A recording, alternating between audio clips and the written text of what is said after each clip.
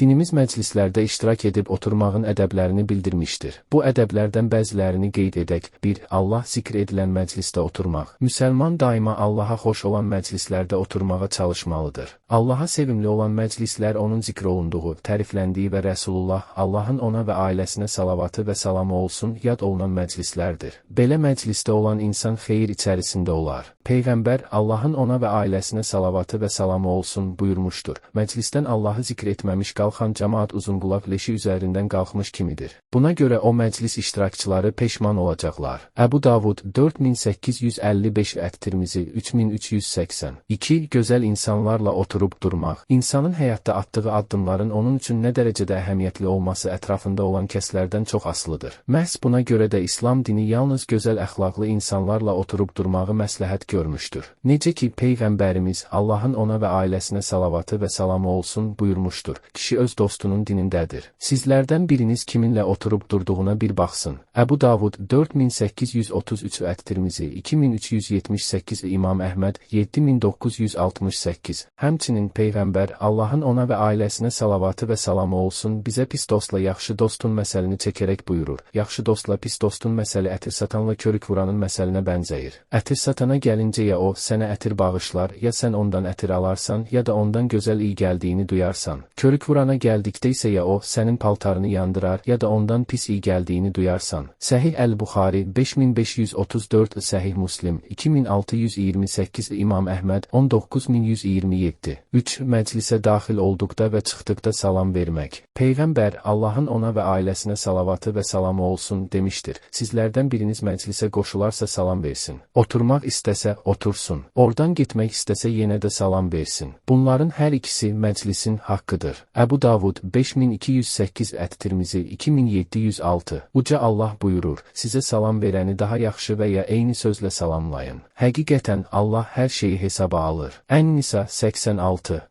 4. Üzürlü səbəbə görə məclisi müvəqqəti olaraq tərk edənin yerində oturmamaq. Məclisdə müəyyən səbəblərə görə yerini qısa müddətə tərk edən kəsin yerində oturmaq ədəbdən kənar hesab olunur. Əgər məclidən çıxan kəsin qayıdıb qayıtmayacağı məlum deyilsə, yaxud uzun müddətə gedirsə, onda onun yerində oturmaq eyb sayılmaz. Əbu Hureyrə, Allah ondan razı olsun, Peyğəmbərin Allahın ona və ailəsinə salavatı və salamı olsun belə dediyini rəvayət edir. Sizlərdən biriniz yerindən qalxarsa, başqa bir rəvayətdə isə belə deyilir. Oturduğu yerindən qalxan, sonra ora qayıdan kəs o yerə daha çox haqlıdır. Səhih Muslim 2179, Əbu Davud 4853, İbn Macəh 3717, İmam Əhməd 7514. 5. Məclisə yeni gələnlərə yer vermək. Bu barədə Uca Allah mübarək kitabında belə buyurur. Ey iman gətirənlər! Sizə məclislərdə yer verin. Deyildikdə yer verin ki, Allah da sizə geniş yer versin. Ha belə sizə qalxın. Deyildikdə qalxın ki, Allah da sizdən iman gətirənlərin və özlərinə elm verilmiş kimsələrin dərəcələrini ucaltsın. Allah nə etdiklərinizdən xəbərdardır.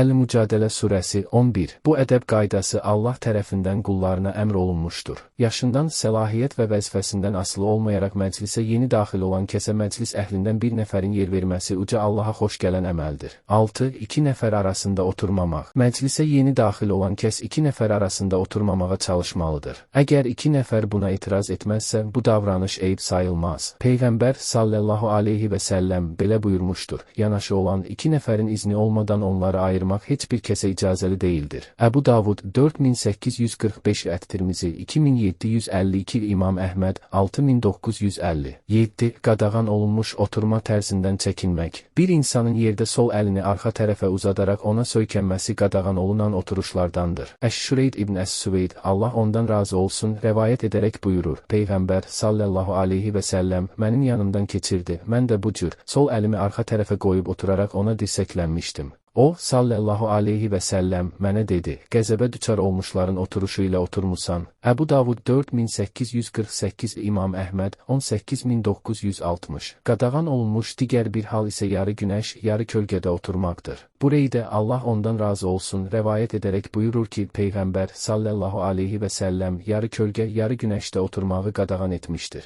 İbn Macəh 3790. Başqa bir hədisdə Peyğəmbər Allahın ona və ailəsinə salavatı və salamı olsun, bunun səbəbini izah edərək belə demişdir. Bu, şeytan oturuşudur. Silsilə Əs-Sahihə 838.